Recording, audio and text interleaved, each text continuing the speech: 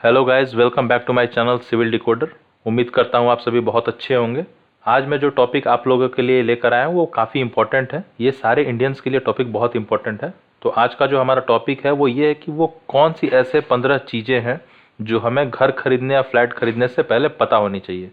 तो आइए शुरू करते हैं बिना किसी देरी के। तो सबसे पहली चीज़ जो हमें घर लेने से पहले पता होनी चाहिए वो होता है हमारा खुद का बजट, कि हमारा बजट कितना है कि हम घर खरीद सके या एक नया हाउस अफोर्ड कर सके।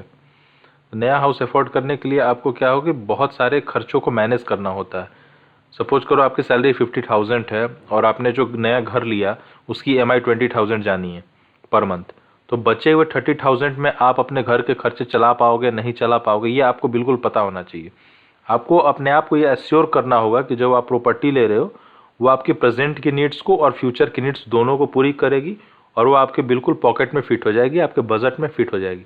तभी आप नए घर लेने के सपने को देखो तो बेहतर होगा। तो जो सेकंड थिंग हमारे माइंड में आती है कि हमारे घर का जो लोकेशन है वो प्राइम लोकेशन होना चाहिए, सिटी में होना चाहिए, ताकि हमें जो भी डेली नीड्स हैं, जो भी एसेंशियल्स हैं हमारे, वो इजीली पूरे हो सके। सपोज करो कि आपके घर के आसपास में हॉस्पिटल है तो कितनी अच्छी बात है कि अगर कोई भी आपको प्रॉब्लम है तो आप तुरंत हॉस्पिटल में जा सकते हो। आपके घर के आसपास में अगर शॉपिंग कॉम्प्लेक्स है तो आपको कभी भी शॉपिंग के लिए प्रॉब्लम नहीं होगी, आप इजीली जाकर शॉपिंग करके चीज़ों को घर में ला सकते हो। अगर आपके बच्चों की स्कूल जो आपका प्रॉपर्टी है उससे 5 किलोमीटर 10 किलोमीटर के रेंज में, तो कितना अच्छा है। अगर आपका जो ऑफिस है वो भी 10 से 15 किलोमीटर के रेंज में है, ताकि आप इजीली ड्राइव करके जाओ और घर इजीली लौट सको। तो इस तरह का लोकेशन हमें देख करके ही अपने घर का सिलेक्शन करना चाहिए और लोकेशन के हिसाब से ही अपने फ्लैट्स, अपने प्लॉट्स और जो भी हम घर खरीदने जा रहे हैं तो उसको लेना चाहिए। तो अब जो हमारी अगली चीज़ सबसे इम्पोर्टेंट है वो है कि बिल्डर जो है हमारा, जो उस प्रॉपर्टी का बिल्डर है जिसने वो घर बनाया है, अपार्टमेंट बनाया है, सोसाइटी बनाई है, तो वो उसका गुडविल क्या है, वो ओवरऑल ब्रांड क्या है, कौन सी कंपनी ने उसे कंस्ट्रक्ट किया है, उसका फ्यूचर क्या है, उसने पास्ट में कितने अच्छे और काम कर रखे हैं। तो इन सब का अगर आप पूरा ब्रीफ करके जाओगे, इन चीज़ों को अपने दिमाग में बैठा के जाओगे, तो आप एक बेहतर घर ढूंढ सकते हो, एक बेहतर लोकेशन पे। तो इससे क्या होगा कि आपको कॉन्फिडेंस जगेगा कि भैया इस बिल्डर ने, इस प्रोजेक्ट ने या इस कंपनी ने पहले भी बहुत सारे घरों को, हाउसिंग प्रोजेक्ट्स को जो है वो पोजीशन दिया हुआ है। तो आपको बहुत ईजी हो जाएगा उन पर ट्रस्ट करना और आप इजीली ट्रस्ट करके उन घरों को खरीद सकते हो। तो आपको ये ध्यान रखें कि कभी भी आप घर खरीदने से पहले जो बिल्डर है या जो ब्रांड उस घर को बना रही है तो उसके बारे में बिल्कुल पता करके जाएं, उसके पास्ट और फ्यूचर को देखते हुए ही आप घर खरीदें।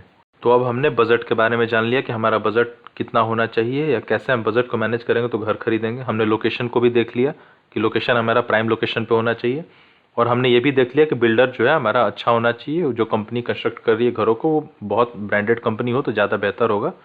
तो जब इतना कुछ हो गया तो जो हमारे चौथे नंबर पे चीज़ आती है जो हमें करनी चाहिए वो होता है कि भैया क्या होता है कि बहुत से लोगों को डॉक्यूमेंट्स के बारे में जानकारी नहीं होती है। गवर्नमेंट के प्लॉट्स होते हैं, कुछ प्राइवेट प्लॉट्स होता है जिन पे प्रॉपर्टी बनती है, तो बहुत लोगों को प्रॉपर्टी के पेपर्स के बारे में जानकारी नहीं होती। तो उसके लिए क्या करना चाहिए आपको कि एक लॉयर हायर कर लो, एक वकील को हायर कर लो, 5-10 हज़ार रुपये लेते हैं वो क्या करेंगे कि जो भी आपके लैंड के डॉक्यूमेंट्स है, जो भी प्रॉपर्टी के डॉक्यूमेंट्स है, वो उसको वेरीफाई करते हैं कि हाँ जो आपका प्लॉट है या जो प्रॉपर्टी है वो बिल्कुल सही ज़मीन पे है, उसमें कोई परेशानी नहीं है।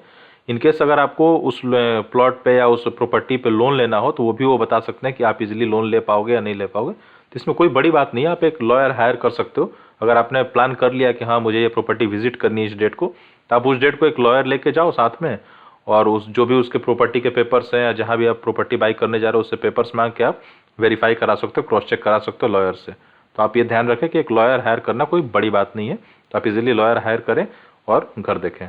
तो जब आपने अब मन बना लिया कि अब मुझे घर लेना है किसी भी तरह से और आप विजिट करने के लिए चले गए हो, तो जब आप विजिट करने जाओगे तो वहाँ मार्केटिंग ऑफिस या सेल्स ऑफिस में या फिर आप जिससे प्रॉपर्टी डील करो, प्रॉपर्टी डीलर आपको उस घर की एरिया के बारे में बताएंगे।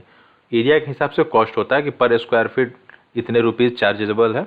उसके ऊपर क्या होता है कि वो कुछ पार्किंग चार्जेस इंक्लूड कर देते हैं, स्टैम्प ड्यूटी इंक्लूड करते हैं, रजिस्ट्रेशन के चार्जेस इंक्लूड करते हैं, कुछ वो फर्नीचर प्रोवाइड करते हैं आपको या फ्लैट को फर्निश करके देते हैं, तो उसके कुछ एडिशनल चार्जेज वो अलग से आपसे लेते हैं। तो आप टोटल चीज़ों को आप इस्टीमेट कर लो, टोटल चीज़ों को आप देख लो, सम कर लो कि आपका टोटल अमाउंट क्या बैठ रहा है। अगर वो आपके बजट जो है आपके पॉकेट में फिट हो रहा है तो आपके लिए बेहतर है, आप वो घर ले सकते हो। और आपको ये भी ध्यान रखें कि उस प्लॉट के आसपास में या उस प्रॉपर्टी के आसपास में और as it is same property और भी किसी की है तो आप उससे भी रेट्स लो, ताकि आप इजीली कंपेयर कर सको कि कौन सस्ता है कौन महंगा है। क्योंकि भैया कोई भी महंगा चीज़ तो लेना नहीं चाहेगा। अगर वो महंगा है तो उसके पीछे क्या रीज़न है, वो किस ब्रांड की चीज़ें लगा रहा है, वो कितना बेहतर अपना जो कंस्ट्रक्शन क्वालिटी वो रखा हुआ है, तो आप इजीली कंपेयर कर सकते हो। तो आप जितने भी उसमें चार्जेस इंक्लूड हो रहे हैं वो आप सब चीज़ों को कंपेयर करके ही अपना फाइनल डिसीजन लें। तो जब आपने अब सारे डॉक्यूमेंट्स का पता लगा लिया, आपने कॉस्ट की एस्टिमेशन भी कर ली कि आपका क्या खर्चा बैठ रहा है, आपने बजट भी निकाल लिया, सब कुछ में अगर आप ओके हो तो अब आपकी बारी आती है फ्लैट्स को विजिट करने की। तो जब आप फ्लैट विजिट करने जाओगे तो आपको डिफरेंट रूम्स, अगर आपने 1 BHK देखे हैं, 2 BHK देखा, 3 BHK देखा, 4 BHK देखा, तो उस हिसाब से आप अपना बजट के हिसाब से आप फ्लैट देखोगे। बट क्या होता है कि जो स्क्वायर फीट, जो एरिया उन्होंने दिया हुआ है, बिल्डर्स ने दिया हुआ है, आप उसको कैसे वेरीफाई करोगे कि भैया मेरा जो घर है वो 2000 स्क्वायर फीट में है भी कि नहीं है। तो आपको ये पता करना होगा। इसके लिए क्या करना होगा कि आप एक किसी भी इंजीनियर को 1 दिन के लिए या 2 दिन के लिए हायर कर सकते हो। उनके जो चार्जेस हैं आप उन्हें पे करके आप इंजीनियर को ले जाओ, अपने प्लॉट की या फिर आपने जो प्रॉपर्टी ली है या आपने जो फ्लैट लिया उसकी प्रॉपर मेजरमेंट कराओ कि जिस एरिया के लिए आप पेमेंट कर रहे हो वो एक्चुअली आपको एरिया प्रोवाइड बिल्डर कर भी रहा है या नहीं कर रहा है। तो ये आपको पता करने के लिए आपको एक साथ में इंजीनियर को ले जाना होगा जो कि आपके टोटल एरिया को वो निकाल सके। तो आप एक साथ में इंजीनियर ले जाएं और अपने जो भी आप प्रॉपर्टी खरीद रहे हो उसकी मेजरमेंट जरूर कराएं। तो घर खरीदने से पहले जो अगली चीज़ हमारे माइंड में आनी चाहिए वो ये आनी चाहिए कि घर खरीदने के बाद उस घर के खर्चे चलाने के लिए क्या हम सक्षम हैं या नहीं है। सक्षम कहने का मतलब कि बिल्डिंग जो भी होती है, जो भी प्रॉपर्टी बनती है, या फिर वो अपार्टमेंट्स में आप ले रहे हो या घर कहीं पे भी ले रहे हो, तो उसके कुछ मेंटेनेंस चार्जेस आपको वहाँ सोसाइटी में पे करने होते हैं, कुछ प्रॉपर्टी टैक्स पे करने होते हैं, कम्युनिटी चार्जेस पे करने होते हैं। कभी कभी ऐसा होता है कि आपको पार्किंग चार्जेस भी पर मंथ के हिसाब से पे करने होते हैं। तो ये आपको बिल्कुल पता होना चाहिए कि घर तो मैंने खरीद लिया बट उसके बाद भी अब ऐसा हो रहा है कि आप 8000 10,000 पर मंथ अलग से खर्चे हो रहे हैं। तो आपको पहले से ही पता होने चाहिए कि मेंटेनेंस चार्जेस भी होते हैं सोसाइटीज़ में, तो आप उनका भी एक बजट लेके चलो कि अगर मैं घर खरीद रहा हूँ तो पर मंथ मेरे एक्स्ट्रा कॉस्टिंग जो है वो घर खरीदने के बाद इतनी जा रही है। तो आप इसका बिल्कुल ढंग से पता कर लें मेंटेनेंस चार्जेस का, तभी आप किसी भी फ्लैट को खरीदें। तो जब भी आप घर खरीदने जाओ तो एक चीज़ आप बिल्कुल चेक करो कि जो बिल्डर है या जो सोसाइटी है, जो भी कंपनी है, वो क्या एमिनिटीज़ प्रोवाइड करे, क्या सुख सुविधाएं आपको अलग से दे रही है अदर देन फ्लैट्स। यानी आपको रहने की जगह के साथ साथ कंपनीज या बिल्डर्स क्या अलग से प्रोवाइड कर रहे हैं जिसके लिए आप इतने ज़्यादा इतने अपने रुपए खर्च कर रहे हो। जैसे कि कंपनी जो है वो आपको स्विमिंग पूल दे रही है, नहीं दे रही है, लिफ्ट हो गया, पार्किंग का स्पेस हो गई, पावर बैकअप हो गई, तो ये सब चीज़ें हो गई, जैसे जिम हो गया, तो ये कंपनी आपको दे रही है कि नहीं दे रही है। अगर आप अच्छे सोसाइटीज़ में फ्लैट लेने जा रहे हो तो ये सारी सुख सुविधाएं होंगी तभी आप फ्लैट लोगे ना, इससे पहले तो आप लोगे नहीं।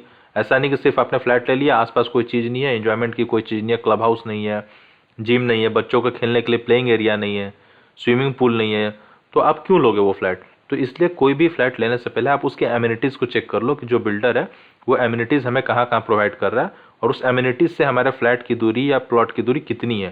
तो आप सब कुछ देखने के बाद ही डिसाइड करो कि हमारा जो प्लॉट है या फ्लैट है वो लेने लायक है भी या नहीं है। तो one of the most important thing कि हमारा जो एयर एंड लाइटनिंग, यानी कि हमारे फ्लैट में, हमारे घर में, हमारे प्लॉट पे जो एयर और लाइटनिंग आनी है नेचुरल, वो आ रही है या नहीं आ रही है।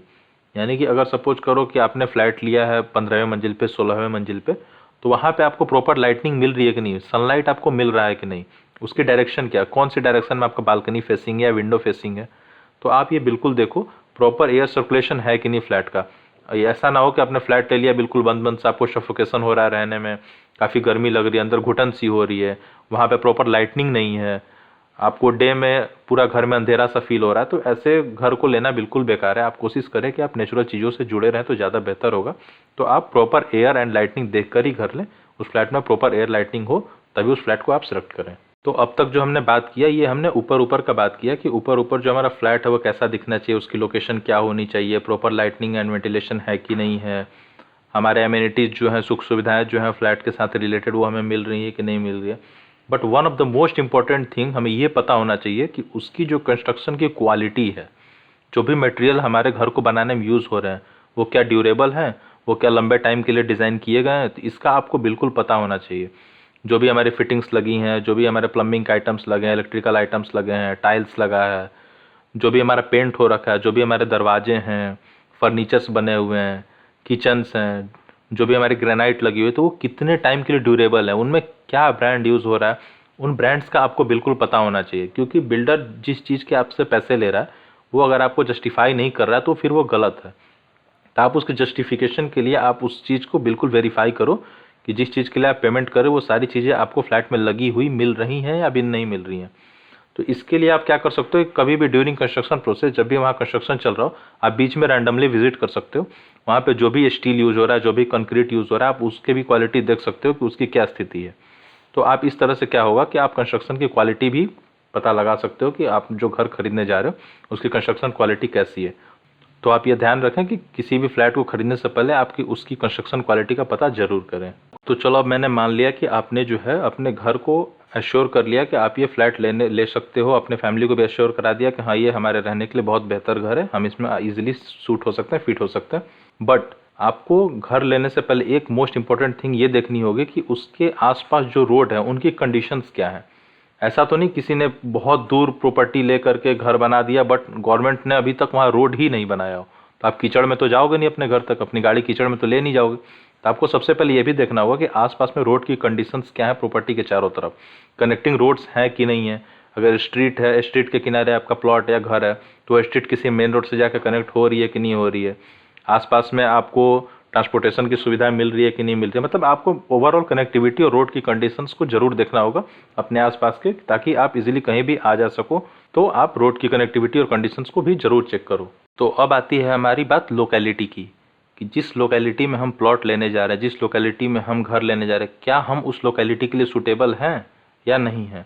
उसके आसपास में किस तरह के लोग रहते हैं, उनके क्या बिहेवियर है, तो उसके बारे में भी पता लगाना जरूरी है। हालांकि आजकल तो सभी लोग बहुत अच्छे हैं, सारी सोसाइटीज़ बहुत अच्छी हैं, बट फिर भी आपको जो फ्लैट लेने जा रहे हो उसके आसपास के लोगों का, उसके आसपास के एरियाज़ का आपको पता करना होगा कि वो एरिया आपके लिए सेफ़ है या नहीं है। सपोज करो कि आपके घर में कोई लेडीज़ है या कोई वीमेन है, वो रात में ट्रैवल कर रही है, तो वो एरिया उसके लिए सेफ़ है या नहीं है। आप कभी रात में आ जा रहे हो तो कोई थीफ या कोई चोर तो ऐसा नहीं गया, उस एरिया में चोरी तो नहीं होती। तो इन सब चीज़ों का जो पास्ट है आप पता लगा करके उस लोकेलिटी का बिल्कुल अच्छे से पता लगा सकते हो, और आसपास में जो भी लोग रह रहे हैं उनका पता लगा सकते हो, ताकि अगर आप घर में अपने बच्चों को छोड़ के जा रहे हो या वाइफ को छोड़ के जा रहे हो या खुद रह रहे हो, तो आसपास में आपको कभी कोई दिक्कत नहीं आनी चाहिए, लोग हेल्पफुल होने चाहिए आपके आसपास में। तो इन सब चीज़ों का भी आप थोड़ा बहुत पता लगा सकते हो। तो अब क्या होता है कि लोग जो प्रॉपर्टी लेते हैं उनके दो पर्पस होते हैं, या तो वो खुद के रहने के लिए लेते हैं या तो रेंट आउट करने के लिए लेते हैं। और एक तरह के लोग वो भी होते हैं जो कि इन्वेस्टमेंट पर्पस के लिए घर खरीदते हैं या प्लॉट खरीदते हैं। तो जो लोग इन्वेस्टमेंट पर्पस के लिए घर खरीद रहे हैं, तो उनको ये बात पता होनी चाहिए कि आने वाले 5 ईयर्स में, आने वाले 10 ईयर्स में उस प्रॉपर्टी की क्या रेट जाने वाली है, वो प्रॉपर्टी कितने में रीसेल होने वाला है। तो अगर हम उस प्रॉपर्टी को 5 साल या 10 साल के बाद रीसेल करें तो वो प्रॉपर्टी हमें प्रॉफिट दे रही है, नहीं दे रही है, कहीं ऐसा तो नहीं कि उसका रीसेल वैल्यू गिर जाए या उसकी मार्केट डाउन हो जाए। तो ये सब चीज़ों का हमें पता लगा के ही प्रॉपर्टीज़ में या लैंड में इन्वेस्ट करना चाहिए। तो आप किसी भी प्लॉट या प्रॉपर्टी को खरीदने से पहले, फ्लैट को खरीदने से पहले उसकी रीसेल वैल्यू, उसकी फ्यूचर के बारे में भी जरूर पता लगाएं। हाँ, लेकिन अगर आप वो घर, वो प्रॉपर्टी या वो फ्लैट रेंट आउट करने के लिए या रेंटल पर्पस से ले रहे हो, तो आपको उस लोकेलिटी में चल रहे रेंट्स का पता होना चाहिए कि अगर आपने 2 BHK लिया है या 1 BHK लिया है, या उसे आप रेंट आउट कर रहे हो, आप किसी को घर रहने के लिए दे रहे हो रेंट पे, तो उससे आपको क्या प्रॉफिट होगा, आप पर मंथ उससे कितनी चार्जेस करोगे। तो आप उसके लिए क्या करोगे, रेंटल पोटेंशियल का पता लगाओगे आसपास में एरिया में घूम करके। अगर मैं ये लैंड या प्रॉपर्टी खरीद रहा हूँ रेंट आउट करने के लिए, तो क्या ये मुझे प्रॉफिट देगा। तो आसपास में जो भी रेंट्स चल रहे हैं लोकेलिटी में, तो अगर उस रेंट से मैं सेटिस्फाई हूँ, जस्टिफाई कर रहा हूँ खुद को कि हाँ मैं ये प्रॉपर्टी लेकर के रेंट आउट करके कुछ अपने प्रॉफिट्स कमा सकता हूँ, बिजनेस कर सकता हूँ इस चीज़ का, तो मैं इजीली वो फ्लैट खरीद सकता हूँ। तो इसलिए आप रेंटल पोटेंशियल का भी पता ज़रूर लगाएं। तो एट लास्ट जब आपने मन बना लिया कि आपको ये घर खरीदना है, आपके बजट में फिट हो गया, आपके फैमिली के लिए बहुत सही है, आपके सारे पर्पस को अगर ये घर पूरा कर रहा है और आपने डिसीजन बना लिया कि आपको ये फ्लैट खरीदना है, ये घर खरीदना है, तो आपको क्या करना होगा कि पेमेंट करना होगा। पेमेंट करने के भी 2 तरीके हैं, या तो आप डायरेक्ट पेमेंट कर दो, बहुत से लोग डायरेक्ट पेमेंट करके एक बार में ही अपना घर ले लेते हैं। बहुत सारे लोगों को थोड़ी सी फाइनेंशियल प्रॉब्लम होती है, तो वो क्या करते हैं कि लोन लेते हैं या फाइनेंस कराता है बैंक के थ्रू। तो बैंक क्या करता है, उनकी एनुअल इनकम या मंथली इनकम को देखता है, एग्जिस्टिंग लोन, अगर उनके कुछ प्रीवियस लोन पड़े हुए हैं तो उनको चेक करता है, और या फिर कोई डेब्ट या कर्ज है तो उनको चेक करता है, और कितने सालों तक वो आपको लोन दे सकता है, आप कितने सालों में आप उस लोन को चुका सकते हो, वो सारी चीज़ें देख करके वो लोन के पेपर्स रेडी करता है। तो आप वो सब कुछ करा करके आप लोन फाइनेंस करा के आप इजीली घर ले सकते हो। So thank you so much guys for watching this video. अगर ये वीडियो आपको पसंद आई हो तो आप इस वीडियो को लाइक ज़रूर करें। अगर आपके फ्रेंड्स या रिलेटिव जो भी घर खरीदने या फ्लैट खरीदने जा रहे हैं, तो आप उनको ये वीडियो सजेस्ट कर सकते हो, शेयर कर सकते हो, ताकि उनके साथ धोखा ना हो, वो फ्लैट लेने के बाद बिल्कुल पछतावा ना करे कि उन्होंने गलत जगह फ्लैट ले लिया या गलत तरीके से फ्लैट खरीद लिया। तो आप इस वीडियो को शेयर कर सकते हो। अगर आप हमारे चैनल पर नए हो तो हमारे चैनल को सब्सक्राइब ज़रूर करो। इसी तरह से सिविल इंजीनियरिंग से रिलेटेड, हाउसिंग से रिलेटेड मैं काफ़ी वीडियोज़ बनाते रहूँगा, तो जो आपको बहुत सारी हेल्प करेगी। So thank you so much guys.